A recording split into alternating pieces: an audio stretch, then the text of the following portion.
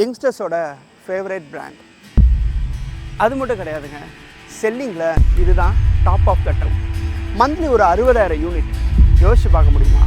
அதை அச்சீவ் பண்ணி இன்னும் மார்க்கெட்டில் ட்ரெண்டாக இருந்து இதோட மற்ற ஃப்ரான்ச்சைஸை காட்டிலும் இன்னும் புதுசாக நியூ அப்கிரேடோடு வந்திருக்கிற இந்த புது டாய் தான் பல்சர் N125.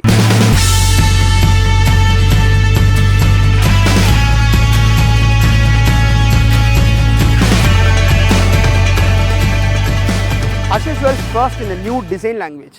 ஸோ இந்த சீரீஸில் இல்லாத மாதிரியான ஒரு நியூ டிசைன் லாங்குவேஜ் இவங்க ப்ரொவைட் பண்ணியிருக்காங்க. ஏன்னா இந்த சீரீஸ் நம்ம பார்த்துருக்கோம், அந்த 125 சீரீஸ் நம்ம பார்த்துட்டு இருக்கிறதுலையே ஒரு கம்யூட்டர் பார்த்தோம், தென் ஒரு ஸ்போர்ட்டி கம்யூட்டர்ஸில் 2 பார்த்தோம், தென் இது ஒரு நேக்கட் கம்யூட்டர், ஒரு நேக்கடான ஒரு 125cc பைக். ஸோ அதுக்கு சப்போர்ட் பண்ணுற மாதிரியாக இருக்குது இந்த ஒரு ஸ்லைடரான ஒரு ஹெட்லாம்ப் செக்ஷன். சூப்பராகவே இருக்குங்க, எல்இடிஸ் தான் ப்ரொவைட் பண்ணியிருக்காங்க. ஒரு அருமையான ஒரு விஷயம் அது கொடுத்துருக்க இந்த சைட் பிளாஸ்டிக்ஸு. ஸோ இதில் அவங்க கொடுத்துருக்க அந்த கிராஃபிக்கல் எம்போஸ்மெண்ட் இதிலிருந்து லாஸ்ட் எண்டு வரைக்குமே போகுது. அந்த டேங்கோட ஃபேரிங்ஸாக இருக்கட்டும், சைட் பேனல்ஸாக இருக்கட்டும், அங்கே ஆரம்பிக்கிற அந்த கிராஃபிக்கல் டெக்ஸ்சர் ஒரு நல்ல ஒரு ஏஸ்தட்டிக் லுக்கவே இது கொடுத்துருக்கு. என்னதான் இது ஒரு நேக்கட் பைக்காக இருந்தாலும் ஒரு ரோட்டில் நீங்கள் ரைட் பண்ணிட்டு போகும்போது ஒரு யூனிக்கான ஒரு உங்களை யூனிக்காக காட்டுறதுக்கு இந்த பைக் ரொம்பவே சப்போர்ட் பண்ணுதுன்னு சொல்லிட முடியும். தென் ஹால் எல்இடிஸ் ப்ரொவைட் பண்ணலை. இந்த இண்டிகேட்டர்ஸில் மட்டும் ஒரு காம்ப்ரமைசேஷன் அவங்க ஏன் கொண்டு வந்தாங்கன்னு தெரியல. அந்த சிஎன்ஜியில் இருக்கிற அதே ஹாலஜன் இண்டிகேட்டர்ஸ் தான் கொடுத்துருக்காங்க. இதுக்கு பதிலாக அவங்க ஹால் எல்இடிஸே கொடுத்துருந்தாங்க அப்படின்னா இந்த செக்மெண்ட்டில் இது இன்னும் சூப்பராக இருந்திருக்கும்.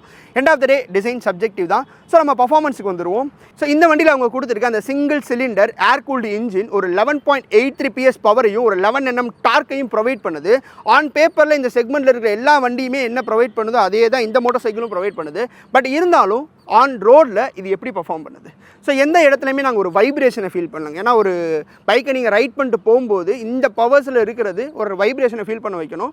ஒரு 70-80க்கு மேலே தான் ஒரு வைப்ரேஷன் ஃபீல் ஆகுது. அதுவும் அந்த ஃபுட் பெடல்ஸில் மட்டும் தான் ஆகுதே தவிர டேங்க்கில் அந்தளவு பெருசாகலை. ஹேண்டில் பார்லையுமே எந்த ஒரு வைப்ரேஷன் ஃபீல் ஆகலை. ஹீட் டெசிபேஷன் என்ன தான் அண்டர்பெல்லி எக்ஸாஸ்ட் கொடுத்துருந்தாலும் ஹீட் டெசிபேஷன் நல்லாவே இருக்குது. பின்னாடி இருக்கிற பில்லியனுக்கும் அந்த ஹீட் டெசிபேஷன் ஃபீலே ஆகலை. ஓரளவு நல்லாவே இருக்குது. பட் இருந்தாலும் ஒரு ஸ்ட்ரீட் ஃபைட்டர் லுக்கில் இருந்தாலும் நம்ம நார்மல் டே டு டே யூசேஜுக்கு தான் இந்த பைக் அதிகமாக யூஸ் பண்ணுவோம். ஸோ இப்போ இருக்க கிளைமேட் கண்டிஷனுக்கு இந்த அண்டர்பெல்லி எக்ஸாஸ்ட் அவங்க ப்ரொவைட் பண்ணாமல் கொஞ்சம் மேலே ஏற்றி கொடுத்துருந்தாங்கன்னா ஒரு நல்ல விஷயமா இருந்திருக்கும். பட் இருந்தாலும் it is quite good.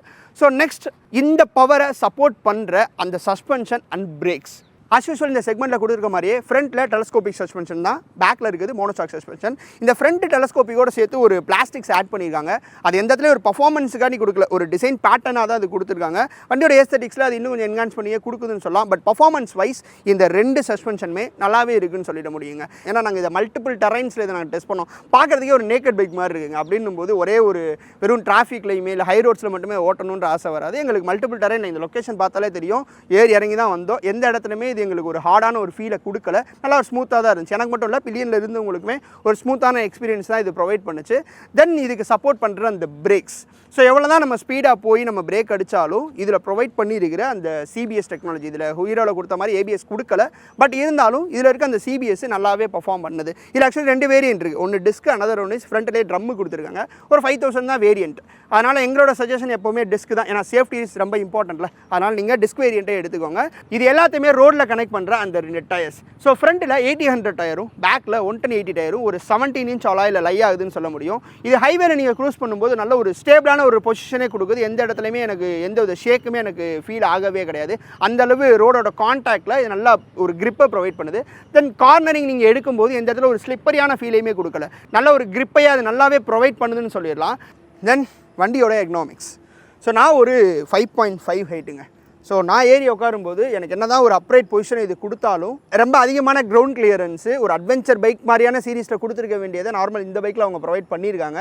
So இது எனக்கு ஒரு டிப் ஆஃப் த டோலை நிற்கிற மாதிரி தான் இருக்குது. நீங்கள் ஒரு 6 feet ஹைட் இருந்தீங்க அப்படின்னா உங்களுக்கு நல்லா காலை நீங்கள் ஊண்டி நிற்கிற மாதிரியான ஒரு கம்ஃபர்ட் அது ப்ரொவைட் பண்ணும். தென் இதோட நல்லா வைடரான ஹேண்டில் பார்ஸு அப்ரைட் பொசிஷனை இன்னும் நல்லாவே சப்போர்ட் பண்ணுது. இதில் இருக்க அந்த ஸ்விட்சஸ் எல்லாமே ரொம்ப ப்ரீமியமாகவே இருக்குன்னு சொல்லலாம். தென் இந்த டிஸ்பிளே அஸ் யூஸ்வல் என்எஸ்ல இருக்கதா, சுவிச்சஸும் என்எஸ்ல இருக்கிறதா.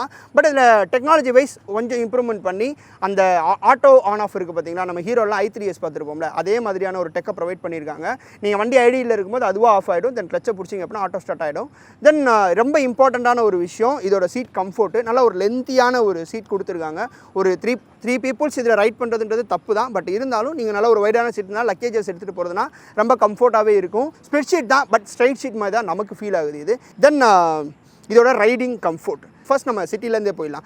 சிட்டி டிராஃபிக்கில் நீங்கள் எங்கேனாலும் இது நீங்கள் ஈஸியாக ஃப்ளிக் பண்ணியே ஓட்டிகிட்டு போக முடியும். எந்த கர்வ்ஸில் வேணால் நீங்கள் ஈஸியாக போயிட்டு வந்துடலாம். அந்தளவு நல்லாவே இருக்குது. எந்த இடத்துலையுமே உங்களுக்கு ஒரு முதுகுலியோ பேக் பெயினோ எந்த இடத்துலையுமே ஃபீல் ஆகலை. தென் ஹைவேல க்ரூஸ் பண்ணும்போது ஒரு அப்ரைட் பொசிஷன் தான் கொடுக்குதே தவிர எந்த இடத்துலையுமே ஒரு லீன் பண்ணி ஓட்டுற மாதிரியான எந்த ஒரு ஃபீலுமே இது கொடுக்கல. ஸோ லோவர் ஆர்பிஎம்ஸ்லுமே நல்லா பர்ஃபார்ம் பண்ணுது. இது ஒரு இம்பார்ட்டண்டான ஒரு விஷயம். ஒரு 5th கியரில் நான் ஒரு 30ல் போகும்போது எந்த இடத்துலையுமே ஒரு இன்ஜின் ஒரு நாய்ஸை ப்ரொவைட் பண்ணல. நல்ல ஒரு ஸ்மூத்தான ஒரு இன்ஜினாகவே இருக்குது. ஸோ இன்ஜின் ரிஃபைன்மெண்ட் இன்னும் நல்லாவே பண்ணியிருக்காங்க பஜாஜ். அதனால் அவங்களுக்கு ஒரு ஹேட்ஸ் ஆஃபே இந்த இடத்துல நம்ம கொடுத்துக்கலாம். தென் இந்த வண்டி யாருக்கான வண்டி? நீங்கள் ஒரு காலேஜ் ஸ்டூடெண்ட்டாக இருக்கீங்க, ஒரு ஹை பட்ஜெட்டில் என்னால் ஒரு பைக் எடுக்க முடியாது, அஃபோர்ட் பண்ண முடியாது, ஒரு 160cc 200cc எடுக்க முடியாது. பட் எனக்கு நான் சிட்டியில் நான் ட்ரைவ் பண்ணிட்டு போகும்போது எனக்கு கொஞ்சம் யூனிக்காக இருக்கணும். அட் த சேம் டைம் ஒரு மாடரேட்டான பர்ஃபார்மன்ஸ், ஒரு நல்ல ஒரு ஃபியூல் எஃபிஷியன்சி இருக்கணும். லைக் ஒரு 55 to 60 ஒரு ஃபியூல் எஃபிஷியன்சி இருக்கணும் அப்படின்ற ஒரு பர்சனுக்கான பைக் தான் இது. தென் அப்போ ஃபேமிலி பர்சன்லாம் எடுக்கக்கூடாதுன்னு கேட்டிங்கன்னா அப்படியும் கிடையவே கிடையாதுங்க. நீங்கள் ஒரு 30+ இருக்கீங்க, எனக்கு ஒரு ஸ்போர்ட் பைக் ஓட்டணுன்ற ஒரு ஆசை இருக்குது, ஒரு நேக்கட் பைக் போட்டணும்னு ஒரு ஆசை இருக்குது அப்படின்னா நீங்கள் இந்த பைக்கை தாராளமாக ப்ரிஃபர் பண்ண முடியும். தென் இதோட ப்ரைஸ் ரேஞ்ச் பார்த்துட்டோம் அப்படின்னா அரௌண்ட் ஒரு 1,25,000 கிட்ட வருது மதுரையில் ஆன் ரோடு. இதோட இன்னொரு வேரியண்ட்டான இருக்குது, அந்த ட்ரம் வேரியண்ட், ஒரு 5,000 தான் டிஃபர். ஸோ அஸ் யூஷுவல் நாங்கள் சஜஸ்ட் பண்ணுறது இந்த டிஸ்க் வேரியண்ட் மட்டும்தான். தென் இதோட கலர்ஸ் ஒரு 7 கலர்ஸ் ப்ரொவைட் பண்ணியிருக்காங்க. சிங்கிள் டோனில் ஒரு 4 கலர்ஸும், டபுள் டோனில் ஒரு 3 கலர்ஸும் ப்ரொவைட் பண்ணியிருக்காங்க. ஸோ இந்த பர்பிளை தாண்டி இதில் ஃப்ளோரசன்ட் கொடுத்துருக்காங்க. அது இதை விட இன்னும் ரோட் ப்ரெசன்ஸ் நல்லாவே இருக்குது. அப்பியரன்ஸ் வைஸ் அது ஒரு நல்ல ஒரு யூனிக்கான ஒரு லுக்கை கொடுக்குதுன்னு சொல்லிட முடியும். இந்த வண்டியை நாங்கள் எடுத்ததுக்கு மெயின் ரீசன் கமெண்ட்ஸில் அதிகமாக நீங்கள் இந்த வண்டியை நீங்கள் எடுங்கன்னு சொன்னதுனால தான். ஸோ இதே மாதிரி இந்த பைக்கை வேறு எந்தெந்த பைக்கோட கம்பேர் பண்ணணும், லைக் எக்ஸ்ட்ரீமோடையோ ரைடரோடையோ இல்லை SP 125 கம்பேர் பண்ணணும் கமெண்ட் செக்ஷனில் சொல்லுங்கள். அதை தாண்டி வேறு எந்த பைக்ஸை நாங்கள் கவர் பண்ணணும் அப்படின்றதையும் கமெண்ட் செக்ஷனில் தாராளமாக சொல்லுங்கள். ஃபாலோ போட்டோம்.